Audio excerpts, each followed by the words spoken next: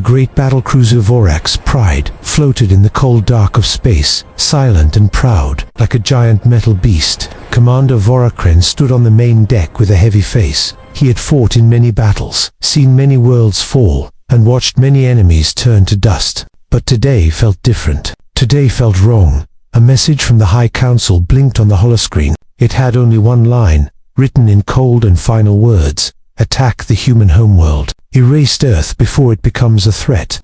Vorak read the order 3 times. He still could not understand. Humans were weak. Humans were slow. Humans had no advanced weapons, no large fleets, nothing that could stand against even one alien cruiser. Why? Vorak whispered to himself. His second-in-command, Captain Jern, noticed his confusion. Commander, is something unclear? Earth is a simple target. Our fleet will destroy it in less than a minute. Vorak nodded slowly. Yes, it is too simple. That is what troubles me. Still, an order was an order, and this time the Council had sent not 5 or 10 ships, but an entire invasion fleet of 3,000 warships, giant destroyers, pulse cannons, missile carriers, gravity cutters, ready for battle. Too much power, Vorak thought, for such a small world. The soldiers on the lower decks were laughing. Humans will run like insects. We will finish the job before the first minute even starts. I bet we won't even get to fire the main cannons. Their laughter filled the halls, but Vorak did not smile. He felt a cold weight in his chest. When the fleet activated the jump drive, space twisted and folded. Stars stretched into long silver lines. In a bright flash, they entered the solar system, the home of Earth.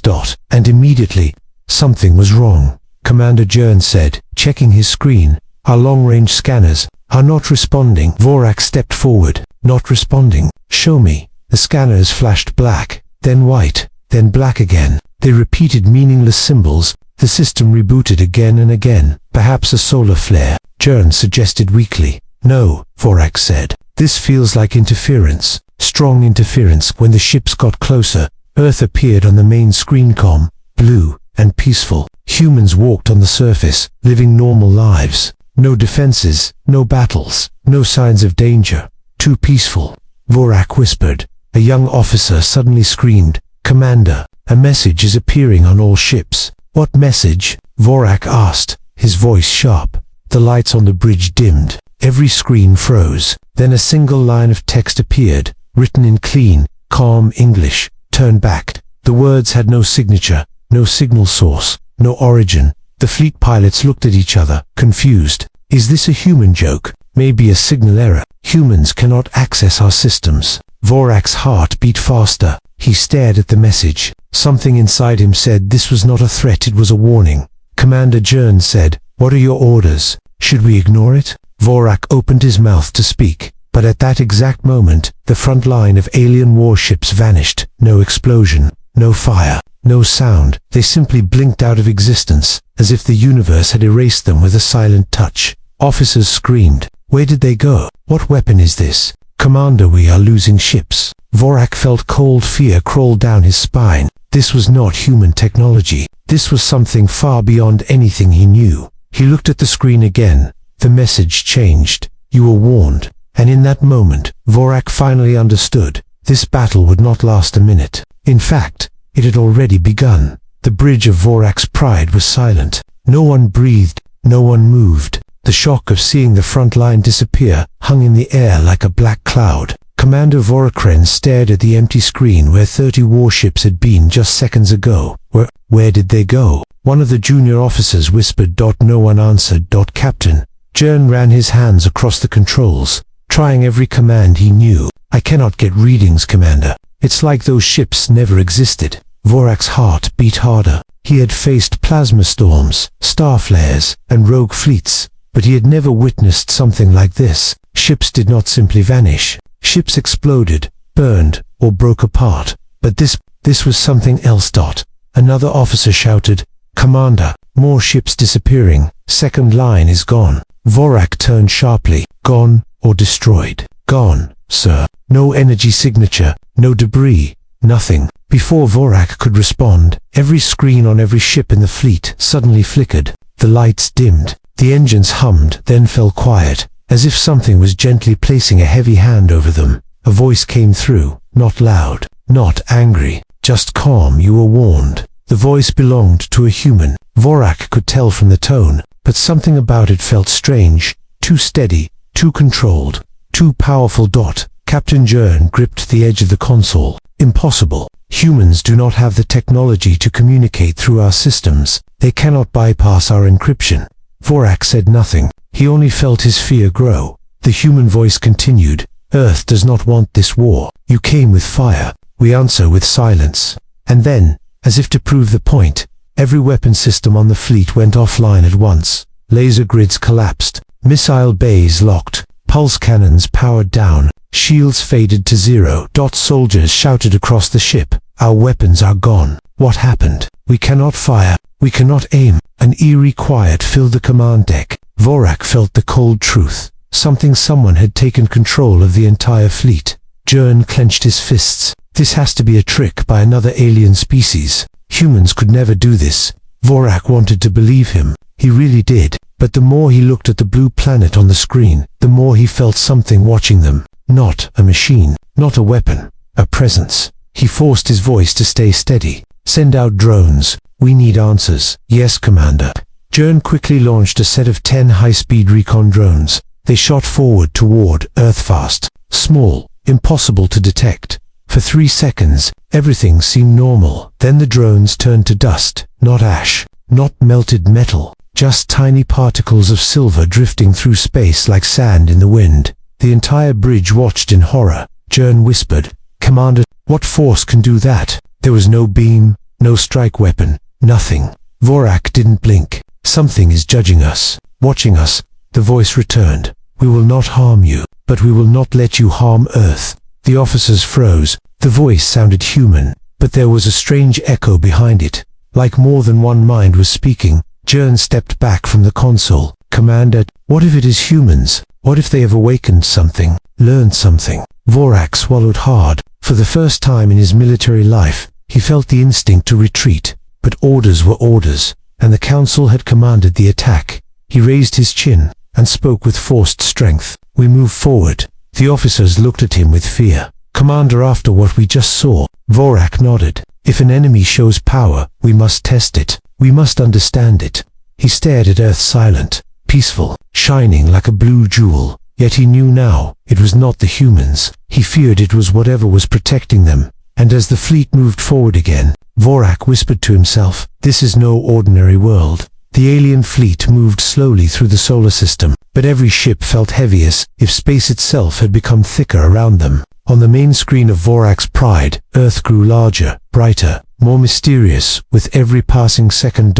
No one on the bridge spoke. No one dared to. Finally, Captain Jern broke the silence. Commander, what if we turn back? Our weapons are dead. Our drones are gone. We cannot fight what we cannot see. Vorak kept his eyes fixed on the blue planet. If we return without answers, the Council will execute us. They will think we ran from humans they consider weak. Jern lowered his head. Then we continue. Vorak nodded. We continue. Carefully. The fleet pushed forward, slow, cautious, uncertain. And then everything changed. A shimmering curtain of light appeared around Earth. Not a physical shield, not metal, not energy from any known technology. It looked like a giant wave of soft white light flowing like water across the planet's edge. But scans showed something impossible. Commander, an officer whispered. Staring, wide-eyed at the data. That field is not technology.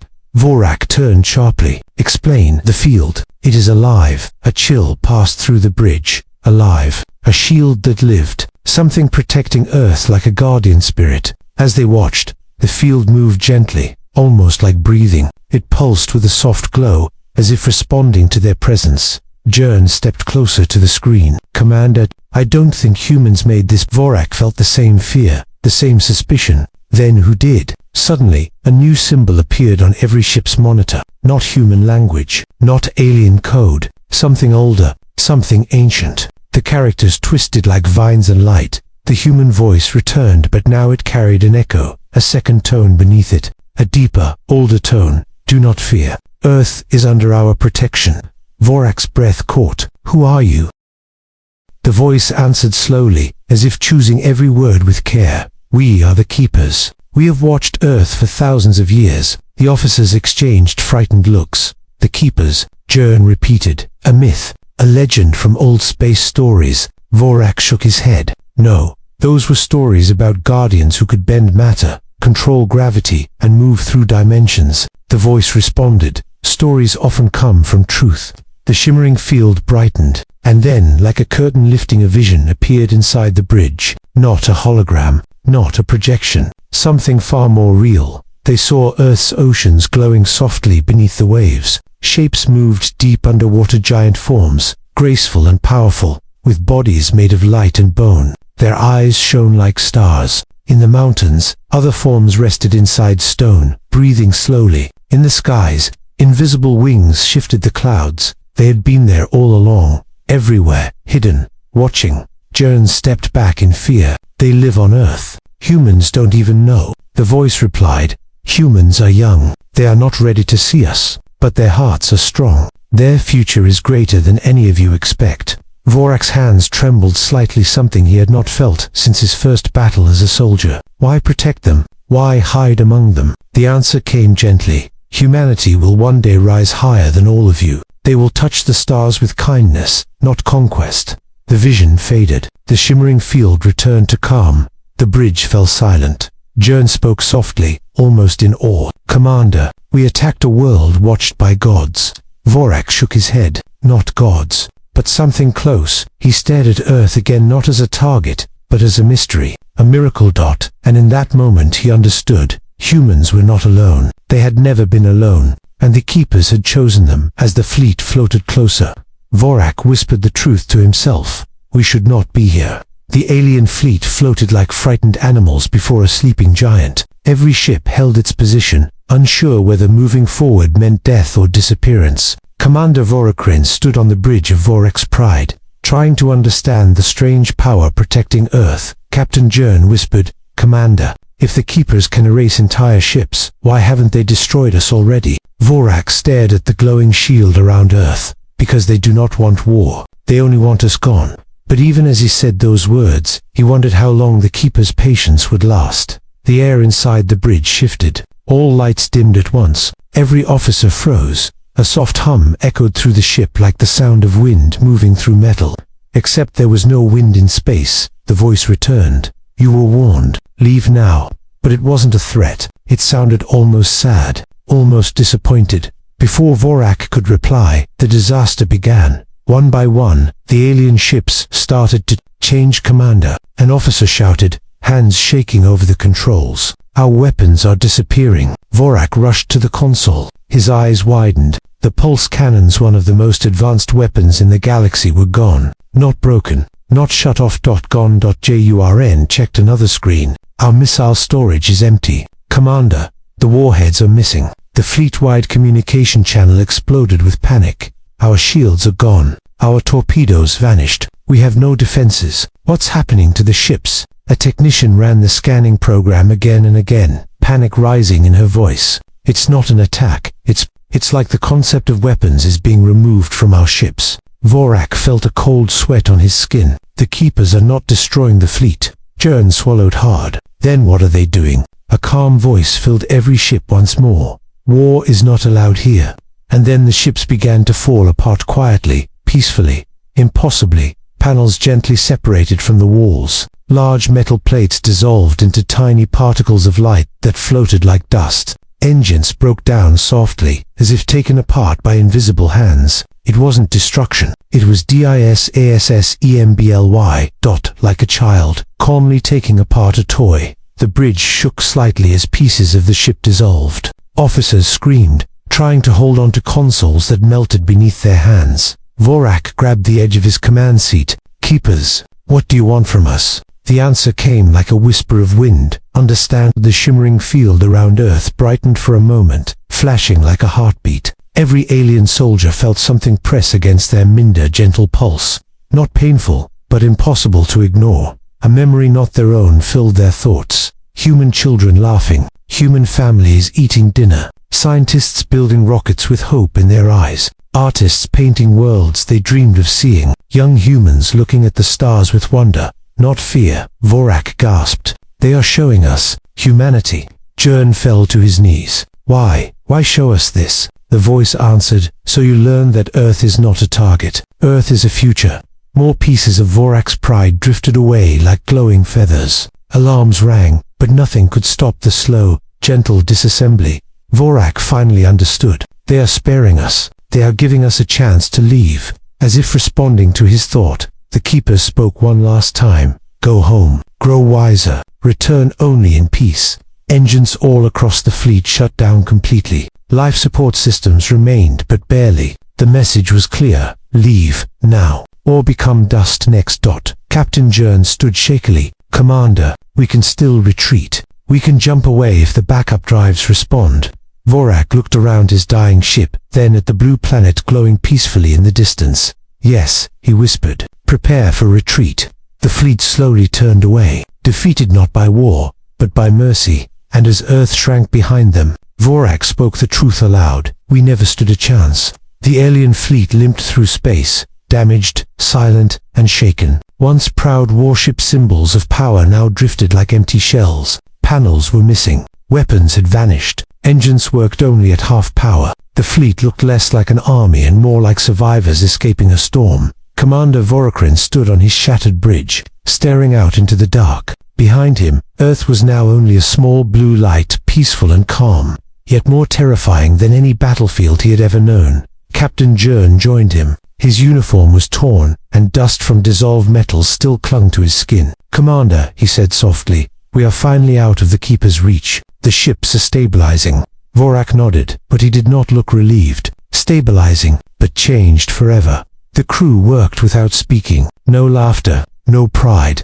Only quiet fear and deep confusion. After many hours, the fleet arrived back at the capital world. The High Council waited in the command hall cold, strict, angry. Massive screens displayed the damaged fleet. The sight shocked everyone. Whispers filled the room. How could humans do this? This must be a lie. No force could defeat our fleet. Where are the weapons? The council leader stepped forward. Commander explain yourself. Vorak stood tall, though exhaustion weighed on him. We attacked Earth as ordered, but humans were not the ones who answered. The hall fell silent. Vorak continued, his voice steady. Earth is protected by a species older than us, ancient beings who call themselves the Keepers. They control forces we cannot understand. They erased our weapons. They dismantled our ships. They spared our lives only to teach us a lesson.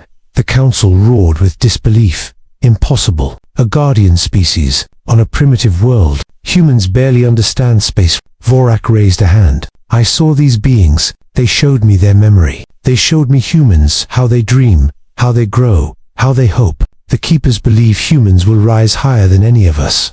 A long silence followed. The council leader glared. And do you believe this nonsense? Vorak looked down for a moment, then lifted his head with calm certainty. Yes, I believe it. Gasps spread around the hall. He continued. We attacked a peaceful world guarded by powers older than our empire. They could have destroyed us. Instead, they warned us. His eyes hardened. Ignore that warning, and we will not survive a second mistake. The council leader's face flushed with anger, but he could not deny the evidence. The broken fleet behind Vorak spoke louder than any words. Jern stepped forward beside his commander. If we fight Earth again, we will face something far beyond war. Something that sees us like children holding knives. The council murmured nervously. Vorak ended his report with one final line, slow, clear, and unforgettable. Earth is protected, and humanity will one day protect others.